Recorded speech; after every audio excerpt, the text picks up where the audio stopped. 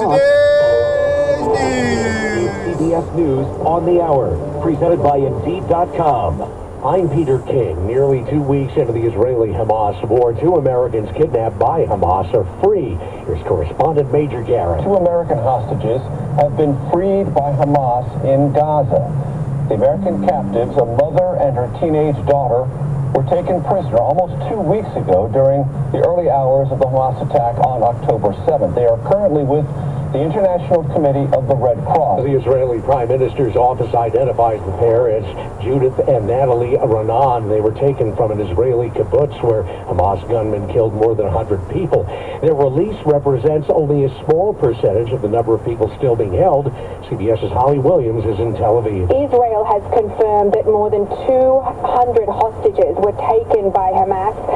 Some of them we know are American, and today Israel's military said that more than 20 of the hostages are children under the age of 18. UN Secretary General Antonio Guterres is in Egypt near the Gaza border, where a convoy of humanitarian aid is awaiting permission to cross. We have seen so many trucks loaded with water, with fuel, with medicines, with food. What we need is to make them move. Israel and Egypt have been negotiating the terms. President Biden says he expects those trucks to start moving as soon as tomorrow. A second former Trump attorney has pled guilty in Georgia to trying to subvert the 2020 election on behalf of the then president. Kenneth Chesbrough was in court this morning. Is your guilty plea freely and voluntary given with full knowledge of the charges against you? Yes. Do you understand that you only have a limited right to appeal this guilty plea? Yes. And do you understand? A New York judge has just fined the former president and current candidate $5,000 for disparaging a court clerk on his campaign website. He's not being held in contempt of court.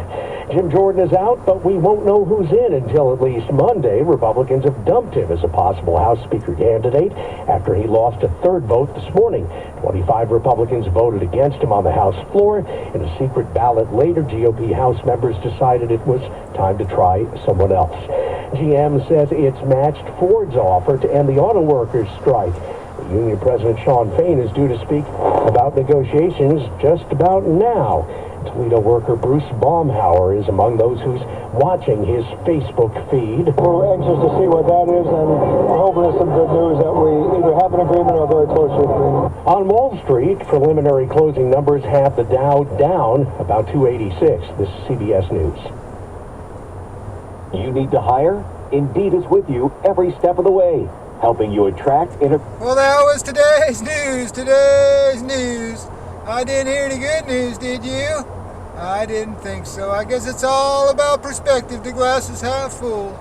Well, as always, I'd like to thank you again for coming along with me on these Dash Cab News adventures. You know the drill. Peace, love, and all that hippie jazz. Bye-bye, everybody. It's 82 degrees outside.